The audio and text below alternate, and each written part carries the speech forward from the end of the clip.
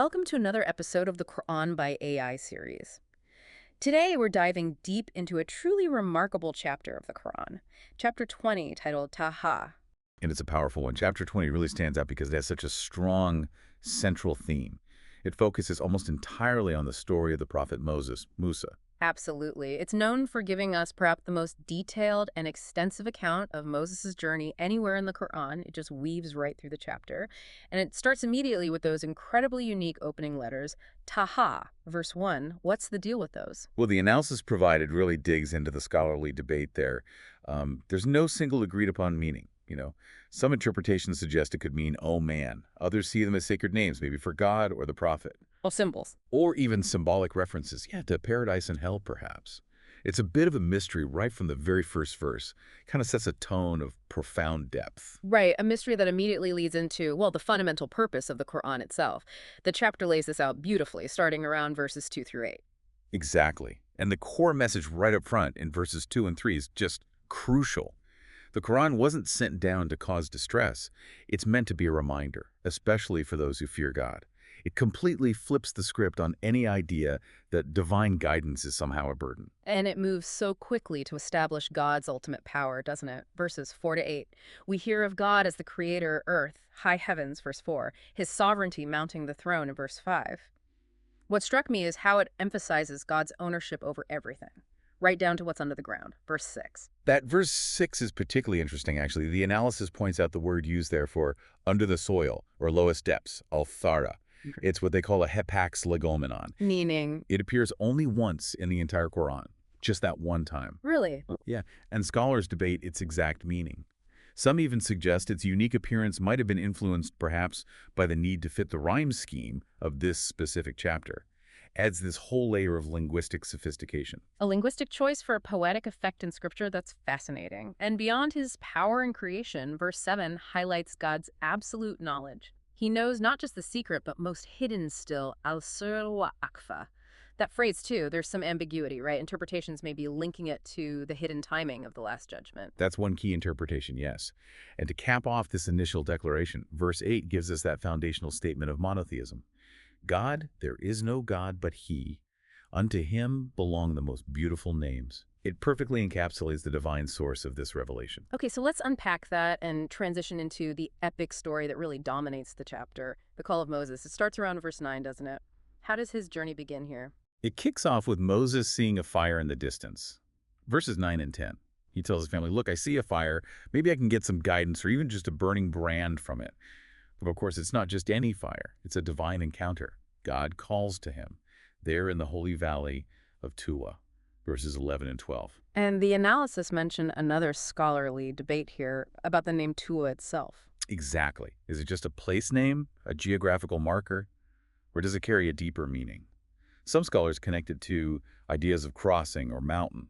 There are even potential links seen to biblical spots or Aramaic words for mountain. Again, the analysis highlights that even the name of this sacred location invites multiple interpretations, maybe even influenced by the chapter's rhythm. So even the ground Moses stands on has layers of meaning. Yeah. And in this holy place, he's given specific instructions, like taking off his sandals, verse 12. What's the significance there? Well, interpretations range. It could be simple reverence for the sacred space, or maybe a more spiritual reading, shedding worldly attachments, even otherworldly ones, to stand purely before God. He's then explicitly chosen, verse 13, a prophet, told to listen to the revelation. And then, wow, one of the most direct statements in the Quran, verse 14, God declares, truly, I am God. There is no God but I. So worship me and perform the prayer for the remembrance of me. It's the core monotheistic confession delivered straight from the divine. And it emphasizes worship and prayer specifically for remembrance, doesn't it? Linking right back to that idea of the Quran as a reminder. Verse 15 then touches on the coming hour, the last day. It notes God's intention to keep its timing hidden. The analysis pointed out an interesting linguistic point there, too. Yeah, the verb used can technically have opposing meanings, to be hidden or to reveal. But the context strongly suggests it's kept hidden. The purpose, perhaps to maintain vigilance and keep people anticipating accountability. And there's an immediate warning right after, verse 16, don't get distracted from preparing for that day by people who disbelieve and just follow their own desires. Definitely sets the stakes. After these powerful declarations, God asks Moses a seemingly simple question. Verse 17, What is that in thy right hand, O Moses? Right, and the explanation offered is that this isn't God needing information, obviously. It's a rhetorical question, verses 17, 18, designed to draw Moses' attention before showing his power. And Moses gives this surprisingly detailed answer about his staff leaning on it, beating leaves down for his sheep. Other uses, too. And then comes the transformation. Verses 19 to 20, God tells him, cast it down, and boom, it becomes a swiftly moving serpent. The analysis noted a subtle difference from some biblical accounts, which mentions serpents, plural. It's a potent miracle. And commentary sometimes interprets that staff serpent transformation and back again as a kind of symbol, like conquering the unrefined, maybe dangerous parts of the human soul. God then commands Moses to grab it, don't be afraid, and it turns back into a staff. Verse 21. And immediately, a second sign follows. Verse 22. Put your hand into your side. And it emerges white, luminous, but without any blemish or disease. The sources discuss, where exactly side means here and just how bright that light was. And this is explicitly called another sign, verses 22-23, potentially one of the 9 major signs Moses is given. That's the connection often made, yes. So right from the start, Moses is empowered with these clear proofs, this divine backing for his mission. Okay, so armed with these signs, this divine command, Moses is sent to Pharaoh. Verse 24 describes Pharaoh as having rebelled. That's a massive task. And Moses, understanding the weight of it, makes this profound prayer, doesn't he? Verses 25-28. Yes, he asks for help that goes right to his core. Expand my breast for courage, for wisdom, make my affair easy for me, and, crucially, untie a knot from my tongue so they may understand my speech. That request about his tongue is really interesting. Does the analysis offer any background on that? Yeah, commentary often links it to a traditional story from his childhood. As a baby, Moses supposedly grabbed Pharaoh's beard, or maybe a ruby. He was tested, offered a date or a burning coal. He chose the coal, put it in his mouth, and it caused a speech impediment. So this prayer, then, is asking God to heal that difficulty, specifically for the sake of his mission. It adds such a human dimension to the prophet. And recognizing he needs support, he asks for a helper from his own family, his brother, Aaron, verses 29-30. He explains why he needs Aaron. He's older, perhaps more eloquent. Moses asks God to strengthen him through Aaron, make Aaron a partner in his mission, verses 31-32, so they can glorify and remember God together frequently, verses 33-35. So he's not just asking for a helper, but essentially asking for Aaron to share in the prophethood itself. That's the implication, yes, being a partner in the affair. The analysis connects this to the spiritual idea of companionship on the path to God. Some interpretations, particularly in Shiite thought, even draw parallels to the relationship between Prophet Muhammad and Ali. And God confirms these requests are granted. Verse 36. Though maybe some aspects were actualized a bit later, the chapter then does this quick flashback, doesn't it? Verse 37 mentions God's earlier favor upon Moses, setting the stage to recount his early life. Exactly. Which brings us to the famous story of Moses' infancy. Verses 38-41. God reveals to his mother, inspires her, to put him in an ark and cast him into the sea. This is, of course, because Pharaoh was killing the male Israelite infants. The sea carries him, throws him onto the bank, right into the hands of Pharaoh's household. Verse 39 describes Pharaoh chillingly as an enemy to me and to him. But despite that danger, God casts the love upon Moses.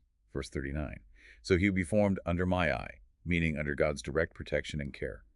The analysis notes this love could mean God's love for Moses, or that Moses became beloved to people, specifically mentioning Pharaoh's wife, Asiya, and maybe even Pharaoh himself initially. His sister then follows him secretly. She cleverly suggests someone who can nurse him, verse 40, and that leads him right back to his own mother. It's a beautiful moment. Shows God fulfilling his promise to return him to her. Really highlights divine compassion, especially for mothers. Verse 40 also concisely mentions Moses later killing a soul, the Egyptian, and God saving him from sorrow. And his time in Midian, possibly linked to Shuaibi in tradition, all before he finally came to that appointed valley at the set time. Yeah, it summarizes years of his life in just a few lines, shows the trials he went through, preparing him for prophecy. The commentary notes this, and God confirms, again, verse 41, that he selected Moses for myself, emphasizing this unique closeness, this honor. To fully prepare now, the command is repeated. Verse 42, Moses and Aaron go forth with my signs, and crucially, tire not in my remembrance.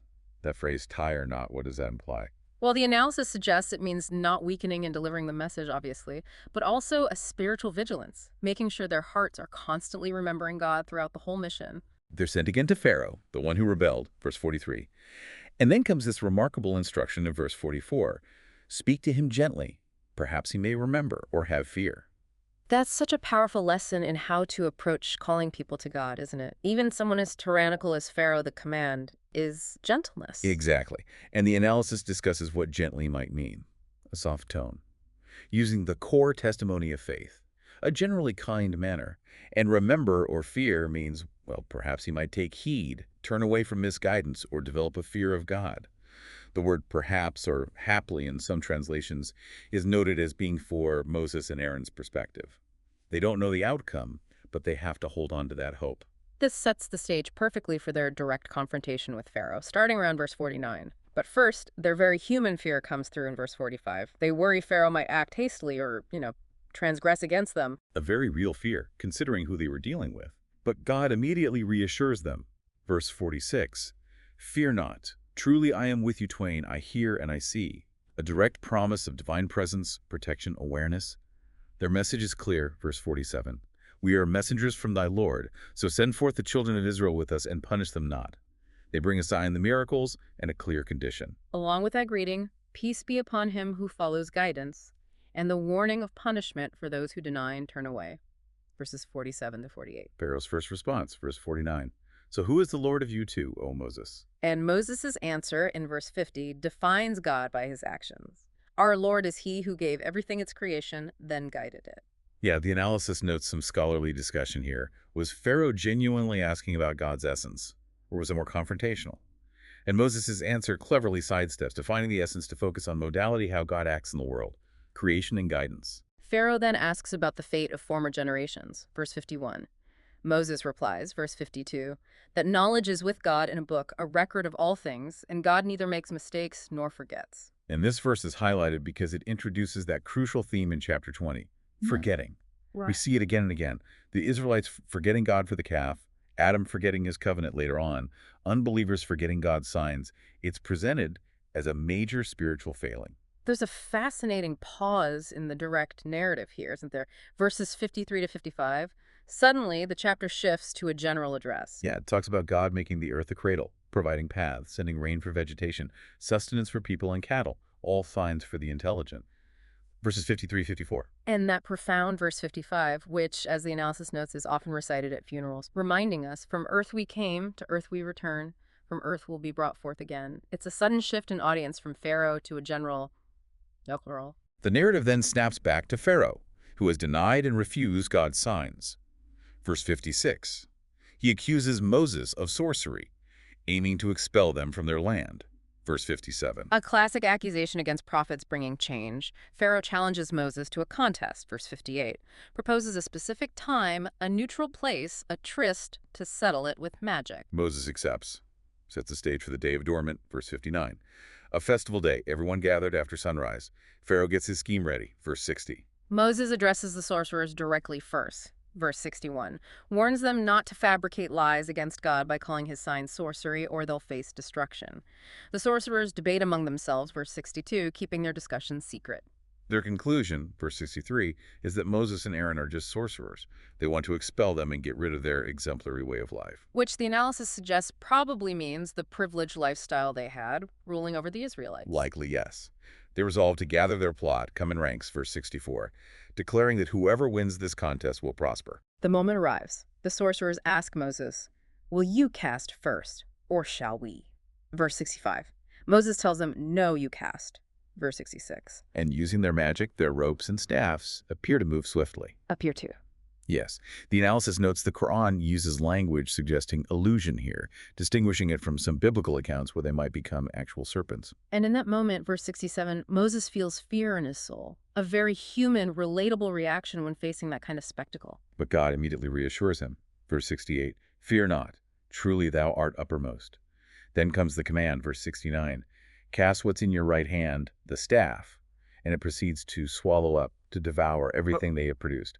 God clarifies their work is just a sorcerer's trick. Sorcerers don't prosper. A direct refutation of Pharaoh's earlier accusation. And the result, immediate and dramatic. Verse 70, the sorcerers are just overcome. They fall down in prostration, declaring belief in the Lord of Aaron and Moses. Pharaoh's reaction, verse 71, is swift and furious. He accuses them, You believed before I gave you permission, claims Moses is their chief, their teacher in sorcery, and threatens horrific punishments, cutting off hands and feet on alternate sides, crucifixion on palm trunks. Brutal. But the sorcerer's response is incredibly powerful. Verses 72-73, they are completely steadfast. They declare they will never prefer Pharaoh over the clear proofs they've seen or over God who created them. They recognize his power is only temporary, only in this life. They pray for forgiveness for their past sins, including the sorcery Pharaoh compelled them to perform, and they state that God is better and more lasting. That phrase, better and more lasting, is absolutely key. It contrasts God's eternal reward and punishment with Pharaoh's fleeting decree and the transient nature of worldly power. The chapter uses this episode to transition then into a general discourse, the destinies of believers and unbelievers. Verses 74-76. Exactly. Contrasting the awful state of the guilty in hell, where they neither truly live nor die, verse 74, with the highest ranks in the gardens of Eden for believers who do righteous deeds. Verses 75-76, describing this as the reward for purification. It powerfully connects the outcome of the sorcerer's choice to these broader themes of accountability, purification, and the ultimate reality. We then move into verses 77 to read 82, which allude to the Exodus and the covenant made with the Israelites. God reveals to Moses, verse 77, "Set forth with my servants by night, strike a dry path through the sea for them," assures him not to fear being overtaken. Pharaoh pursues them with his armies, verse 78, but the sea crashes down and overwhelms them. The chapter explicitly states, verse 79, that Pharaoh led his people astray, he did not guide them. Verses 80-82 then speak directly to the children of Israel, reminding them how God saved them from their enemy, appointed a meeting place for them on the right side of Mount Sinai, verse 80. And sent down manna and quails for them. Also verse 80, a direct provision from God. The analysis notes this section, speaking directly to the Israelites post-Exodus, might possibly be a slightly later addition, textually, setting up what comes next. They're commanded, verse 81, to eat of these good things, but not to exceed the limits, lest God's wrath descend. A clear warning against ingratitude, setting the stage for the next major event. And the section ends with an offer of forgiveness, verse 82.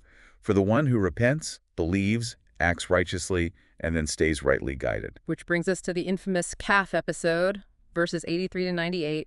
Moses is away on the mount, and God questions him, verse 83. What made thee hasten from thy people, O Moses? Moses replies, verse 8, for they're following close behind, and he hastened to God seeking his contentment. Now,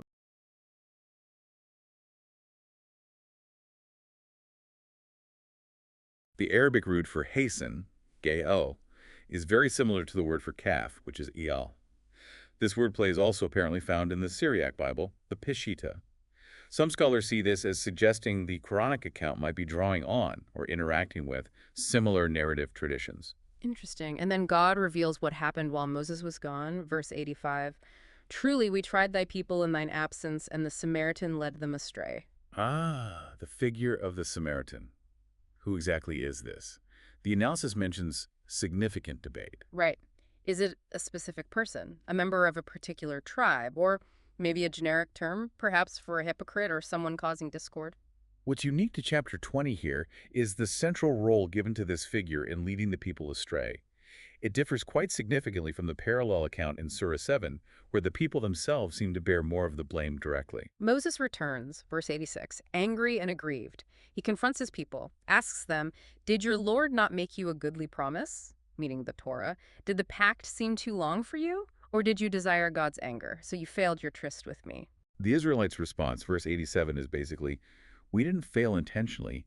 We were burdened by the people's ornaments, presumably Egyptian gold, and we cast them into the fire, and the Samaritan threw too. What's the significance of the Samaritan throwing something in? Well, interpretations vary. Maybe he tricked them. Maybe they saw the ornaments as religiously problematic.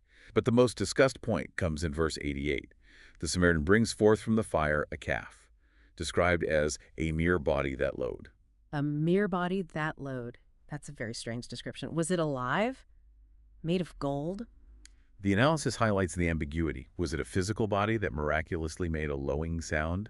Was it made of gold but somehow animated?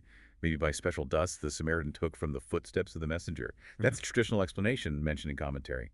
And the people's declaration, also verse 88, is just chilling. This is your God and the God of Moses, though he has forgotten. Verse 89 immediately highlights their incredible foolishness, doesn't it? Did they not see that it did not return them a word, nor had power over them for harm or benefit? A rhetorical question just underlining the absurdity. And the chapter reinforces Aaron's role here too, verse 90. It says, Aaron had already warned them, told them they were being tested, their true Lord was the compassionate, they should follow him. So Aaron is shown actively warning them. That's another contrast with some biblical narratives where his role can be portrayed differently. Yes, but the people were defiant, verse 91. They refused to stop their devotion until Moses returned. So Moses then confronts Aaron, verses 92-93, asks him, basically, what stopped you? Why didn't you follow me when you saw them going astray? Aaron's reply in verse 94 is quite poignant. "O son of my mother, seize not my beard or my head." He explains he was afraid Moses would accuse him of causing division among the Israelites if he had acted more forcefully or left them. This portrayal of Aaron concerned for unity, making this gentle plea to Moses, also differs from how he's sometimes depicted in other traditions. Moses then turns his attention to the Samaritan himself, verse 95. Asks him, "What was your purpose in this?" The Samaritan's reply, verse 96, is one of the most enigmatic verses in the whole chapter. He says, I saw what they saw not. So I took a handful of dust from the footsteps of the messenger, and I cast it. Thus did my soul prompt me. Extremely obscure. What does it mean? Well, traditional interpretations often identify the messenger as the angel Gabriel and suggest the dust had the power to bring things to life, hence animating the calf. But the analysis stresses that the meaning is really uncertain. It just adds to the mystery around this Samaritan figure. Moses then pronounces a curse upon the Samaritan, verse 97. "Be gone. In this life it shall be yours to say, 'Touch me not.'" This curse is sometimes interpreted as an etiological explanation, an origin story for the ritual separation historically observed between Samaritans and non-Samaritans, framing it as a divine punishment. Moses also mentions his inevitable appointment with judgment. And Moses deals with the calf itself. Verse 97, he burns it, then grinds it up and scatters the ashes into the sea. The episode concludes, verse 98, with a powerful reaffirmation of God's absolute oneness and his all-encompassing knowledge. Verses 99 to 101 then transition from these specific stories to a broader lesson. God states, He narrates these accounts of past generations, verse 99, and has given us, the listeners, a reminder, kir, from his presence, that reminder being the Quran itself, verses 99 and 100. That concept of remembrance, reminder, seems so central here, doesn't it? Emphasizing that these stories aren't just stories, they're lessons for us. Absolutely, they have a didactic purpose. And the consequence of turning away from this reminder, verses 100-101, is severe, bearing a heavy burden on the day of resurrection, abiding under it forever. The analysis even notes a small potential grammatical point at the start of verse 101, possibly hinting at layers in the text's history. The chapter then shifts focus quite dramatically to the end times, the eschatological scenario, verses 102 to 112, describing the day of judgment. It starts with the trumpet being blown, verse 102, gathering the sinners, maybe with a specific physical trait described by the uncertain term zurka, possibly meaning blue-eyed or maybe blind. It's unclear. The sinners are portrayed as minimizing their time in the grave or on earth before death, verses 103-104, thinking it was maybe only 10 days or perhaps just one day, reflecting either disbelief or just being totally overwhelmed by the reality of the last day. The Quran addresses objections people might have about this day, like what happens to the mountains. The answer, verses 105-107, God will scatter them like dust, leaving a completely level, barren plain. The analysis points out the use of say here often introduces God's direct response to such doubts. On that day, verse 108, people will follow a herald, voices will be humbled before God, hearing only a murmur or whisper. The possibility of intercession is mentioned in verse 109, but it's restricted, only for those God permits and whose word he is pleased with. God's absolute knowledge is reaffirmed again. Verse 1 to 10. He knows their past and future, while they cannot encompass him in knowledge. Faces will be humbled before the living, the self-subsisting. Wrongdoers will have failed utterly. Verse 111. But this is immediately contrasted with believers who performed righteous deeds, verse 112. On that day, they will fear neither injustice nor any deprivation of their reward. The chapter then brings the focus back to the Quran itself, verses 113-114. It's described as an Arabic Quran, verse 113, sent down with varied warnings and threats, hoping people will gain reverence or take remembrance from it. The analysis unpacks that phrase, Arabic Quran. Does it mean a translation of a heavenly text, a response to critics questioning Arabic as a language for revelation, or something else? And varied threats just means the warnings are repeated in different ways for emphasis. And verse 114 is addressed directly to the Prophet Muhammad. He's commanded not to be hasty with the Quran before its revelation is fully complete. and told to pray, "My Lord, increase me in knowledge." The analysis explains this could relate to the prophet's anxiety about forgetting parts of the revelation or maybe rushing it, and it's become such a powerful, widely used supplication for Muslims seeking knowledge, hasn't it? Especially noted among Sufis. Definitely. Next, the narrative shifts again, this time to the story of Adam, verses 115 to 127. It starts by stating God made a pact with Adam, but he forgot, verse 115, and no firm resolve was found in him. There's that theme of forgetting, Mhm. again, linking Adam's experience right back to the earlier discussion around verse 52. Exactly. It recounts God's command to the angels to prostrate to Adam, verse 116. They all obey, except Iblis, who refused. The analysis notes this version is quite concise. Unlike other places in the Quran, it doesn't detail Adam's creation process or Iblis's lengthy arguments. The focus here is really on Adam's individual choice and responsibility. God warns Adam and his wife about Iblis. He's an enemy. Don't let him expel you from the garden, verse 117, lest you become wretched. And the garden is described as a place of complete ease. No hunger, no nakedness, no thirst, no suffering from the sun's heat.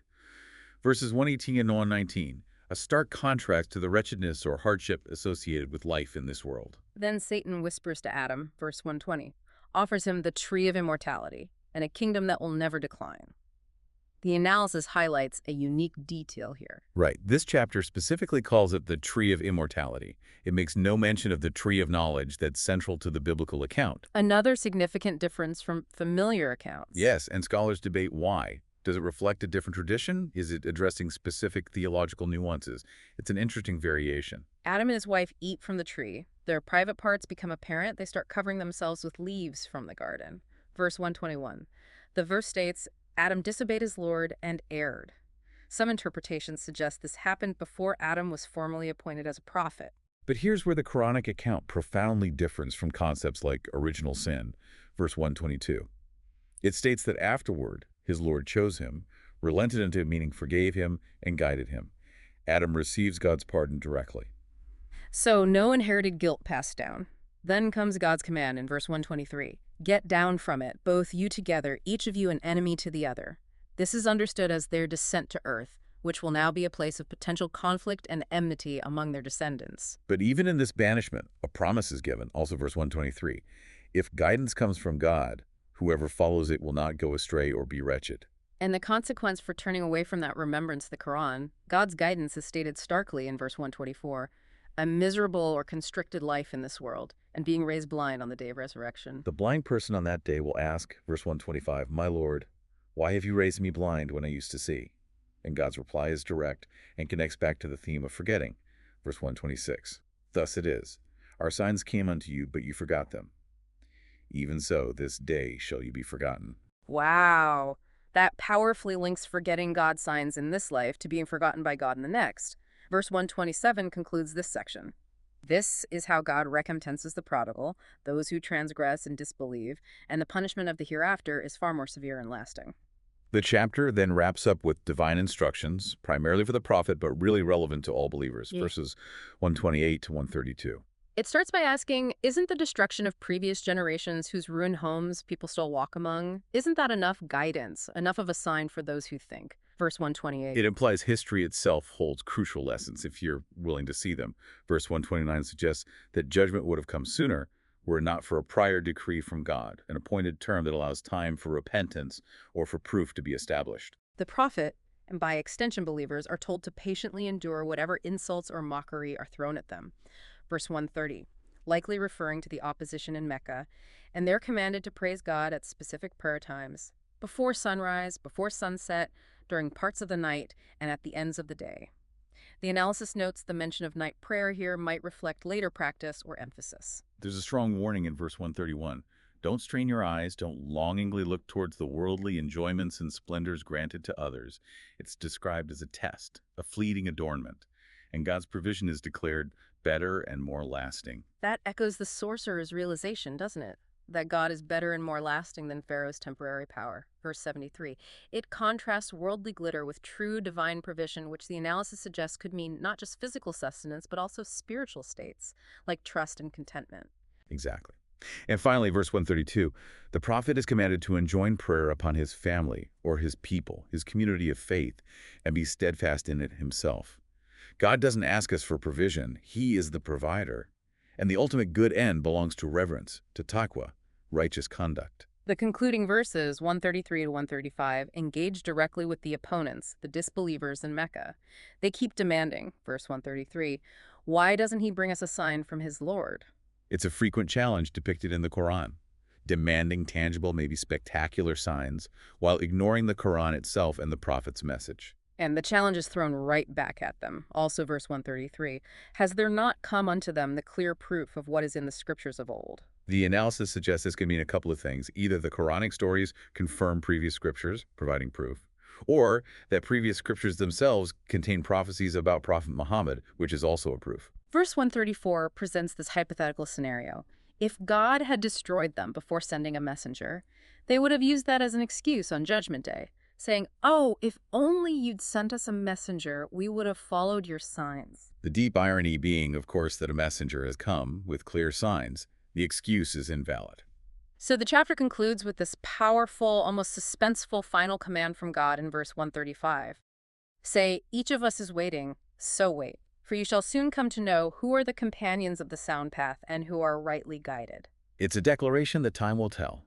Both believers and disbelievers are waiting for the final outcome, and the disbelievers will inevitably learn who was truly following the right path. So reflecting on this whole deep dive into chapter 20, Ta-Ha, what really stands out is how it masterfully weaves together these core elements, doesn't it? Absolutely. You have the very nature and purpose of the Quran laid out. You have this incredibly expansive, compelling narrative of Moses with all its unique details, the Samaritan figure, the contrast with other traditions, then the stark reality of the Day of Judgment. And the profound story of Adam's trial, his forgetting, but also God's immense mercy and forgiveness. Plus, essential guidance for living a life focused on remembrance, patience, prayer, and looking beyond fleeting worldly things. It truly is a remarkably coherent and powerful chapter. Hopefully this discussion has offered you, our listener, some valuable insights, maybe a few aha moments as we've explored the analysis together. And maybe to leave you with something to think about, pulling from those very layers we discussed, consider that theme of forgetting that runs right through the chapter. You have God's knowledge in the book that never forgets, Adam forgetting his covenant, those who forget God's signs being forgotten in the hereafter. That really stands out. As you, our listeners, reflect on this deep dive, maybe consider that theme, forgetting versus remembrance. What does chapter 20's strong emphasis on this suggest about, well, the human condition and the path to finding guidance?